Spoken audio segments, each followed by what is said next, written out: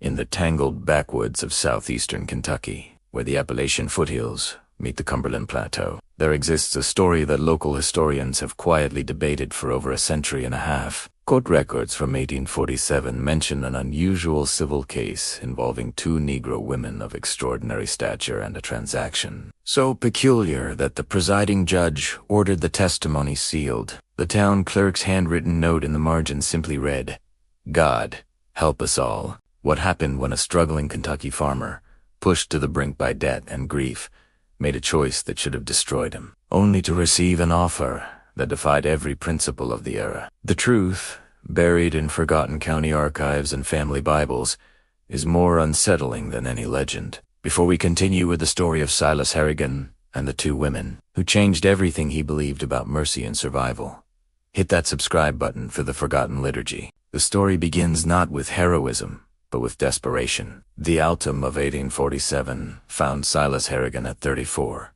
looking a decade older, shin-deep in creek mud, trying to coax something from 40 acres of stubborn Kentucky clay. His wife, Ruth, and their only son had died in childbirth 3 years prior. Since then, his life had become a blur of failed crops, mounting debts, and whiskey. His farm, 12 miles south of Barberville in a narrow hollow, was known locally as Harrigan's Hole. He owed the dry goods store in town $47, a fortune he had no way to repay, facing the certainty of losing his land to legal action. His nearest neighbor, Vernon Pitts, had long since given up trying to help him. Kentucky in 1847 existed in a state of nervous tension. The state allowed slavery but bordered free territories, fueling constant anxiety among slaveholders. Barberville itself was small, but the surrounding Knox County held 22 substantial plantations, creating a strict social hierarchy. At the top were the wealthy plantation owners, the Covingtons, Davenports, followed by the professional class, the middling farmers, and at the bottom of the white hierarchy, poor farmers like Harrigan. Poor whites occupied a precarious position. They were encouraged to view enslaved people as economic threats, yet were expected to support the institution of slavery as essential to white supremacy. This tension was resolved by the simple racial solidarity that ensured they stood above the enslaved people in legal status.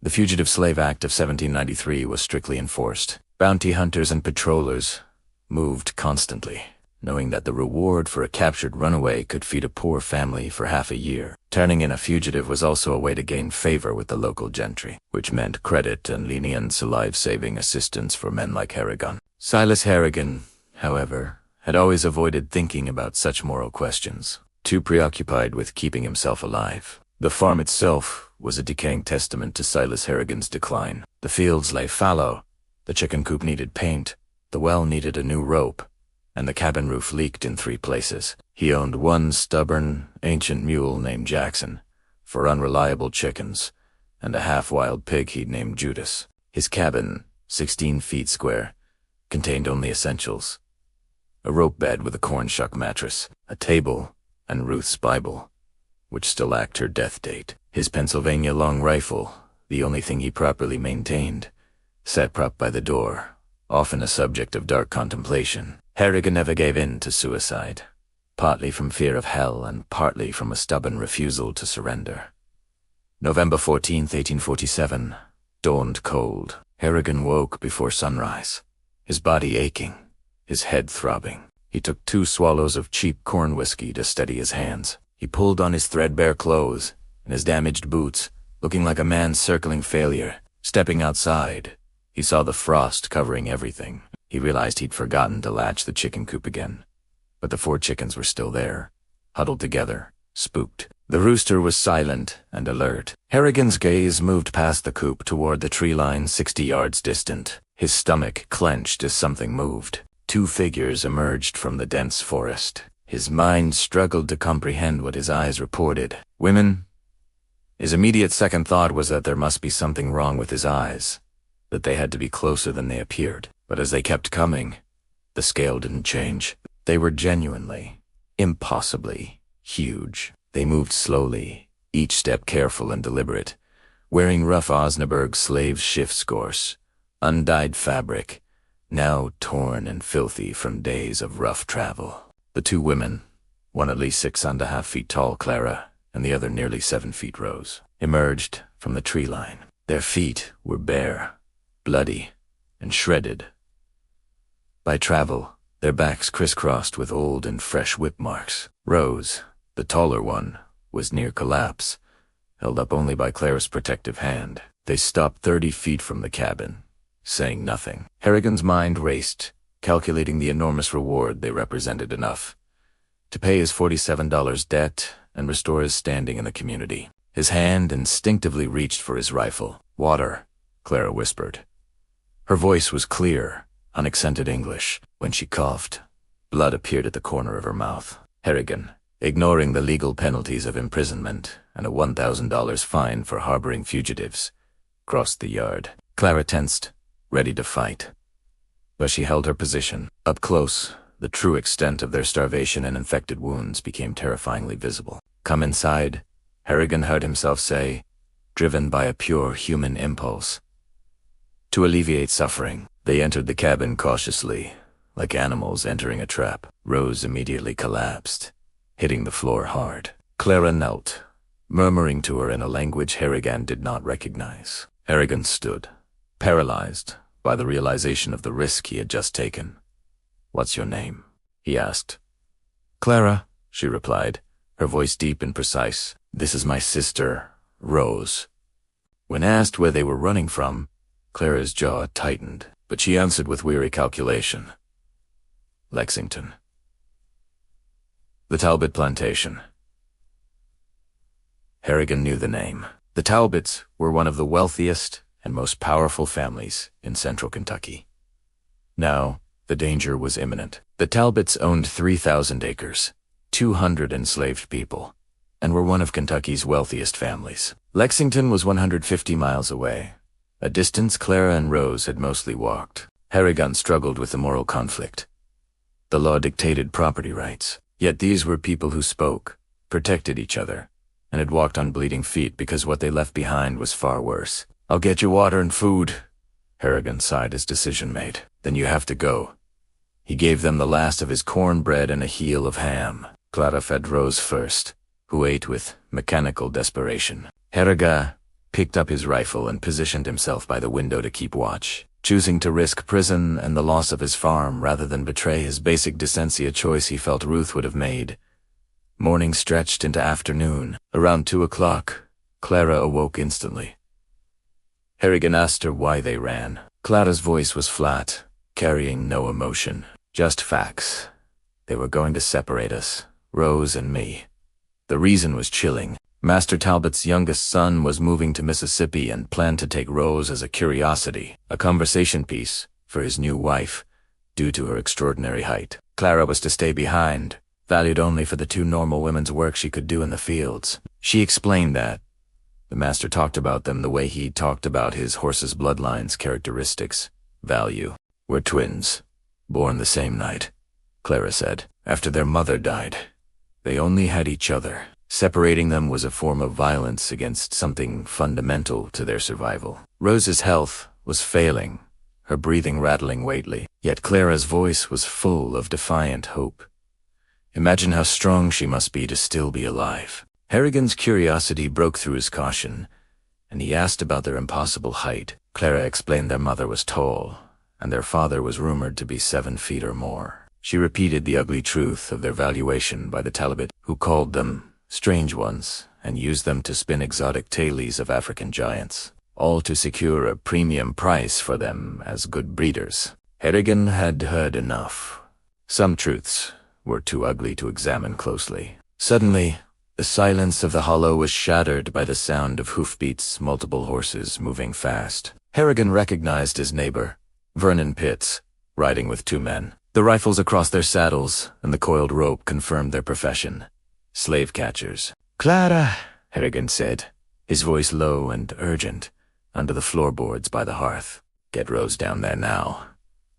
Without question, Clara moved with startling speed, lifting Rose, who was easily 150 pounds, and squeezed her own massive frame into the small, dark-root cellar beneath the loose floorboards. Harrigan quickly replaced the boards, scattering ash over them, his hands shaking not from whiskey knee, but from pure animal fear. The knock came just as he set a cooking pot on the hearth to feign normalcy. Vernon Pitts, looking apologetic and uncomfortable, stood with two men. The lead catcher, a professional named Hollis, was lean and cold, his eyes pale blue. He confirmed they were tracking the unusually large Negro women of the Talbot family. When Harrigan denied seeing anyone, Hollis smiled the smile of a predator and invoked the Fugitive Slave Act of 1793, demanding to search the cabin. Harrigan, having no power or influence, could only step aside. Hollis moved with practiced efficiency, checking the larder, the water barrel, and every corner. He spoke conversationally, dropping pointed facts about Harrigan's dire financial situation. Heard you owed money in town. Heard your credit's gone thin. Then he dangled the temptation. $300 each. $600 for the pair. $600. The number hit Harrigan like a physical blow, enough to pay off every debt, save his farm, and buy a new start. All he had to do was point at the hearth. Hollis, finished with the rest of the cabin, now moved closer to the stone fireplace. Hollis moved closer to the hearth, his pale eyes searching for any sign of a lie. When Rose scoffed a small, muffled, yet unmistakable human sound, Hollis's head snapped towards the hearth, and the young slave catcher drew his pistol. Time stretched. Harrigan knew the lie was exposed. In that terrible moment, he realized his only choice was not about ending well, but about ending right. "You heard my pigs," Harrigan interrupted, forcing out the stupidest Leah he'd ever told. "Under the cabin? I keep them there in winter. One of them's got a cough." The lie made no sense. Pigs didn't sound human, and no farmer kept livestock under the floorboards, but Harrigan delivered it with such conviction and tired frustration that Hollis hesitated. The slave catcher was running a calculation. Assaulting a white landowner over what might be pigs was too great a risk, even for the Talbots. "We'll be back," Hollis warned softly, before turning to leave. Only after the three men had vanished did Harrigan's legs start to shake. He had committed a crime that could cost him everything, yet he knew he'd do it again. He lifted the floorboards. Clara asked a single, desperate word. Why? Harrigan had no answer, only an honest "I don't know." But deep down, he knew $600 couldn't buy back his self-respect. He knew they couldn't stay. Rose could unwalk 40 miles to the free black settlement near the Ohio border he'd overheard about. "I'll take you in my wagon tonight," he offered, hidden under hay and burlap. "We leave at dark." Clara's tears flowed, expressing wonder that such kindness could exist. As Harrigan prepared the wagon, Clara, watchful and eating the cornbread he brought her, asked him a sudden, unexpected question. "Tell me about your wife, ... Ruth." Clara gently revealed how she knew his wife's name. He had whispered Ruth when he let them in. Harrigan confessed he was doing this because he was tired of being the kind of man who chooses wrong. The kind who survives by not caring. Clara affirmeth. Maybe that's about to change. As darkness fell, Harrigan gave them his last food and a rough map of the free black settlement 40 miles north near the Ohio border, marked by a specific oak tree and a white stone. At full dawn, Clara carried Rose, who was lucid enough to whisper her thanks, to the wagon. Harrigan meticulously covered them with hay and burlap, making sure the load looked like simple farm transport. Jackson, the mule, eventually moved, and they headed north, traveling silently along winding, little-used hunting trails. The journey was fraught with danger. They hid twice, and once they came within 10 feet of a slave patrol. Harrigan maintained his composure, explaining to the patroller that he was just heading to my brother's place, bringing him some hay. The patroller let him pass, Harrigan's heart hammering as he heard Clara's shaky breath under the hay. They reached the settlement, a dozen cabins, and a small church just as dawn broke. Harrigan spotted the massive oak with the white stone. An old woman named Dina came forward, assessing the situation without asking questions. Dina immediately took charge of Rose, declaring, "Child's half dead, but she live," and rushed her inside. Clara emerged, urging Harrigan to leave before full light. Dina handed him a bundle of food and something else, telling him to wait until he was home to look at it. Then Clara approached him, her injured hand held carefully. She handed him a small cloth bundle. Master Talbot's son. He liked to show off his wealth. I took these before we ran. Inside were 3 gold coins. $60 total, more than enough to pay his debt to Carmichael. You can't take this, Harrigan protested. Clara was firm. You will. You gave us our lives. These coins are nothing compared to that. He closed his hand around the weight of the gold. I hope your Ruth knows what you did today, Clara said. I think she'd be proud. Harrigan, unable to speak, simply nodded. He turned Jackson around and began the long journey home. Harrigan never saw him again, but years later, rumors reached him of 2 unusually tall black women working in a lumber camp near Toronto, free and thriving. He chose to believe his risk had been worth it. The Talbot family gave up on the hunt for Clara and Rose, and the reward notices eventually came down. Hollis, the slave catcher, was later killed in Louisville. Vernon Pitts kept a safe, careful distance from Silas Harrigan. Recognizing his complexity was dangerous, Harrigan used the $60 in gold coins to pay off his $47 debt to Carmichael, leaving the rest for Spring Credit, refusing to reveal the source of the money. Harrigan then embarked on a path of redemption. He gradually stopped drinking and started working his farm properly. Fixing the roof and planting fields, returned to the man Ruth had married. 5 years later, in 1852, he married Margaret, and they had 3 daughters. He loved them fiercely, but he kept the story of November 1847 a profound secret, telling them only that the day Ruth died was the day he became the loneliest man in Kentucky. When asked about his proudest day, he would smile and say nothing. He maintained his silence, knowing the Fugitive Slave Act of 1850 could still cost him everything. Yet, on cold November nights, he would whisper at Ruth's grave, I did something right. Finally, I hope you know. The incident was lost to history when the court testimony was destroyed in a courthouse fire in 1889. But in 1875, a letter arrived for Harrigan with no return address. It simply read, We made it. We are free. Thank you for choosing kindness when the world demanded cruelty, with gratitude and respect. C.N.R. Harrigan read it 3 times, then burned the evidence, but kept the memory. Harrigan died peacefully in his sleep in 1880. At his funeral, the preacher, Margaret, and his daughters all spoke of his kindness and perseverance. However, standing apart from the mourners, an unusually tall, elderly black woman watched the burial. Before leaving, she approached Margaret, telling her that her husband was a good man and that she had known him once, a long time ago in another life. She placed a small cloth bundle on Ruth's grave, telling Margaret to inform his daughters that their fathers saved lives. Inside the bundle was a $20 gold piece, a final payment on a debt settled decades ago. In the end, all that remained was a story of a poor farmer who chose mercy over profit and 2 sisters who became legends in the march. Reminder that sometimes the stories we never tell are the ones that define us most completely. What do you think of this story? Did it really happen?